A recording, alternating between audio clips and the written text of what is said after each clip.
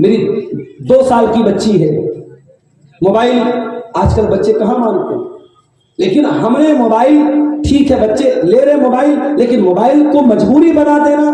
بعض گھروں میں کیا ہوتا ہے، بچہ کھانا نہیں کھاتا جب تک موبائل ہاتھ میں نہیں، یہ مجبوری بنا دیا آپ نے موبائل کا، اس قدر رسیہ بنا رہے بچوں کو۔ یہ بچے کل جب بڑے ہوں گے، ان کی آنکھوں پر، ان کے دماغ پر، ان کے ذہن پر موبائل کا کتنا غلط اثر پڑے گا شاید آپ کو تصور نہیں۔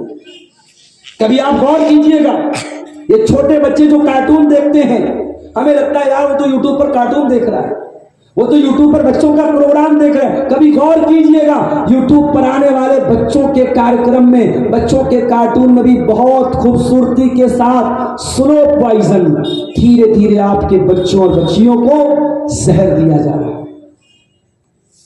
بچوں کے، چھوٹے بچوں کے دماغ میں کیا ڈالا جا رہا ہے؟ ایک بوائے فرینڈ ہوتا ہے، گرل فرینڈ ہوتی ہے، لڑکا لڑکی میں ایک رشتہ ہوتا ہے گرل فرینڈ اور بوائے فرینڈ۔ اس کا انجام یہ ہوا ہے کہ آج جیسے ہی لڑکی جوان ہوتی ہے وہ بوائے فرینڈ کی تلاش میں نکل جاتی ہے، اور جیسے ہی لڑکا جوان ہوتا ہے وہ گرل فرینڈ کی تلاش میں نکل جاتا ہے۔ اور آج انسٹاگرام اور فیس بک اور واٹس ایپ نے وہ بے حیائی کا سیلاب پھیلا کے رکھا ہے میرے بھائیوں کہ بیان کے باہر ہے۔ اور میں کبھی کبھی ایک بات کہتا ہوں کہ اللہ کے نبی نے جب یہ فرما دیا کہ جب کوئی مرد کسی عورت سے اکیلے میں ملتا ہے تو تیسرا شیطان ہوتا ہے، تو کیا واٹس ایپ پر تیسرا شیطان نہیں ہے؟ کیا انسٹاگرام پر تیسرا شیطان نہیں ہے؟ کیا فیس بک پر تیسرا شیطان نہیں ہے؟ کسی لڑکے کا میسج آیا لڑکی کو، السلام علیکم، میں آپ کا اسلامی بھائی ہوں اور آپ میری اسلامی بہن ہیں، معاف کیجئے گا، اسلام کے رشتے کے اعتبار سے ٹھیک ہے، ہر مسلمان مرد دوسری عورت کا اسلامی بھائی ہے، مگر یہ اسلامی بھائی بہن کا رشتہ یہ اس بات کی اجازت نہیں دیتا ہے کہ لڑکی سے چیٹنگ کی جائے، اس کے ان باکس میں جا کے، چیٹنگ میں جا کے اس سے پرائیویٹ باتیں کی جائے۔ آج پہلے دعا سلام ہوتا ہے، ہائے ہیلو ہوتا ہے، اور اس کے بعد لمبی چوڑی باتیں ہوتی ہیں، زنا کاری اور بدکاری یہیں سے شروع ہوتی ہے۔ ابھی میرے پاس ایک فون آیا مئو سے، بنارس سے 100 کلومیٹر دور ایک جگہ ہے مئو، ہماری پہچان کے ایک صاحب تو ان کا فون ہے، تو مولانا صاحب ایک مسئلہ پوچھنا ہے۔ میں نے کہا کیا مسئلہ ہے؟ کہا ایک عورت ہے، اس کے شوہر کا انتقال ہو چکا ہے، بیٹے ہیں مگر بیٹے بہت بزی ہیں، بیٹوں کے پاس ٹائم نہیں ہے، وہ عورت عمرہ کرنے جانا چاہتی ہے۔ اس عورت کی جو دیورانی ہے، دیورانی سمجھتے ہیں نا، چھوٹے بھائی کی بیوی، تو دیورانی جو ہے وہ جا رہی عمرہ کرنے، اور دیورانی اپنے بیٹے کے ساتھ جا رہی ہے، تو کیا وہ عورت اس لڑکے کی بڑی امی ہوئی، تو لڑکا اپنی بڑی امی کے ساتھ، یا یہ کہہ لیجیے کہ چچی اور بھتیجا، کیا وہ عمرہ کرنے جا سکتے ہیں؟ میں نے کہا ایک بات بتاؤ میرے بھائی، کیا بڑی امی کا رشتہ یا چچی کا رشتہ کیا شریعت کی نظر میں کیا یہ محرم کا رشتہ ہے یا غیر محرم کا رشتہ ہے؟ تو وہ کہنے لگے مولوی صاحب مجھے تو ایسا لگ رہا ہے غیر محرم کا رشتہ ہے۔ میں نے کہا لگ نہیں رہا ہے، صحیح بات ہی نہیں، چچی جو ہوتی ہے وہ غیر محرم ہوتی ہے، ٹھیک ہے ہم لوگ احترام میں چچی کو چچی بولتے ہیں یا بڑی امی بولتے ہیں، بڑی امی یا چچی، اگر چچا کا انتقال ہو جائے یا بڑے باپ کا انتقال ہو جائے تو وہ عورت نکاح میں بھی آ سکتی ہے اپنے دیور کے لڑکے کے ساتھ، اس کے لیے غیر محرم ہے۔ تو جس مرد کے ساتھ نکاح ہو سکتا ہے وہ غیر محرم ہے۔ میں نے کہا وہ اس کے ساتھ عمرہ کرنے نہیں جا سکتا۔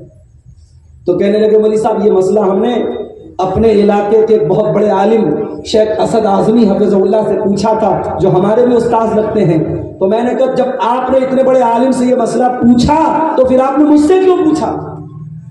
کہنے لگے میں نے سوچا کنفرم کر لوں۔ میں نے کہا کنفرم نہیں کرنا تھا آپ کو، آپ یہ چاہتے تھے کہ اگر شیخ اسد اعظمی نے یہ فتویٰ دیا ہے اور یہ مسئلہ بتایا ہے کہ اپنے چچی اپنے بھتیجے کے ساتھ عمرہ کرنے نہیں جا سکتی، تو آپ نے عبدالغفار صاحب کے پاس فون کر کے مسئلہ اس لیے پوچھا تاکہ آپ کو کوئی گنجائش مل جائے۔ آج کل یہ بھی مسئلہ چل رہا ہے کہ لوگ مسئلہ پوچھتے ہیں علماء سے، مسئلہ پوچھنے کے لیے نہیں بلکہ اپنا راستہ نکالنے کے لیے اور گنجائش نکالنے کے لیے راستہ پوچھتے ہیں۔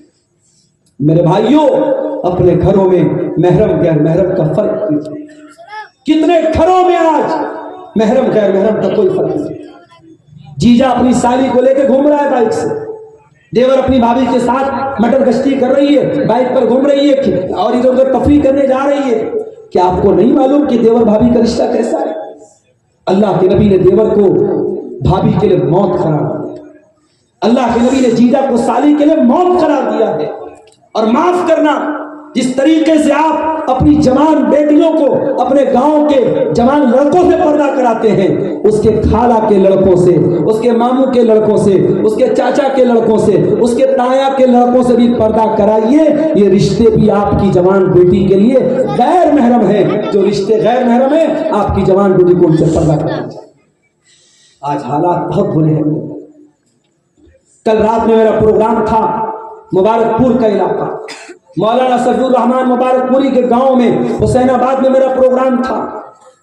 اور آپ کو معلوم ہوگا بنارس، مئو اور مبارک پور یہ تین علاقے ایسے ہیں جہاں کے بارے میں یہ بات بہت مشہور ہے کہ وہاں بہت اچھا ماحول ہے، مسلم علاقہ ہے، اسلامی ماحول ہے، اور وہاں کی عورتیں بہت پردہ کرتی ہیں۔ یہ ساری باتیں بہت مشہور ہیں، مگر اب دھیرے دھیرے ہر جگہ کا ماحول خراب ہو رہا ہے۔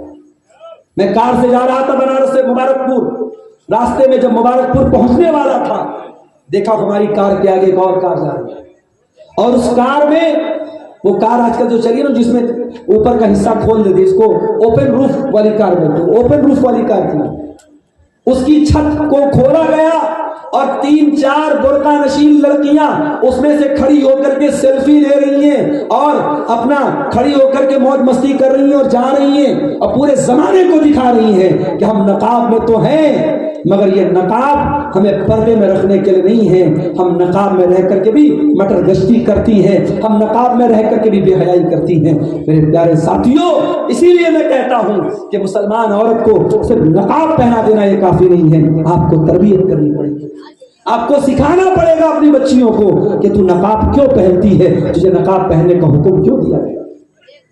اس لیے بعض علماء کہتے ہیں کہ قرآن کی 2 سورتیں عورتوں کو ضرور سکھائی جائیں، ایک سورہ نور ضرور سکھائی جائے، ایک سورہ احزاب ضرور سکھائی جائے۔ کبھی موقع ملے اپنے گھر کی عورتوں کو سورہ نور اور سورہ احزاب یہ ترجمہ اور تفسیر کے بعد ضرور اپنی بہنوں کو سکھا دیجئے، اس میں بڑا سبق ہے آپ کے گھر کی عورتوں کو۔ یا ایھا النبی قل لازواجک وبناتک، اے نبی اپنی بیویوں سے کہہ دیجئے، اپنی بیٹیوں سے کہہ دیجئے، ونساء المؤمنین، اور تمام مومنہ عورتوں سے کہہ دیجئے، یدنین علیہن من جلابیبہن، جب وہ اپنے گھر سے نکلے تو چادر ڈال کے نکلیں، نقاب پہن کر کے نکلیں، برقع پہن کر کے نکلیں، ذالک ادنی ان یعرفن فلا یؤذین، یہ پردہ پہچان بن جائے گا، یہ نقاب پہچان بن جائے گا کہ یہ عزت دار گھر کی لڑکیاں ہیں، یہ عزت دار گھر کی عورتیں ہیں، اور کوئی ان کو چھیڑنے کی جرات نہیں کرے۔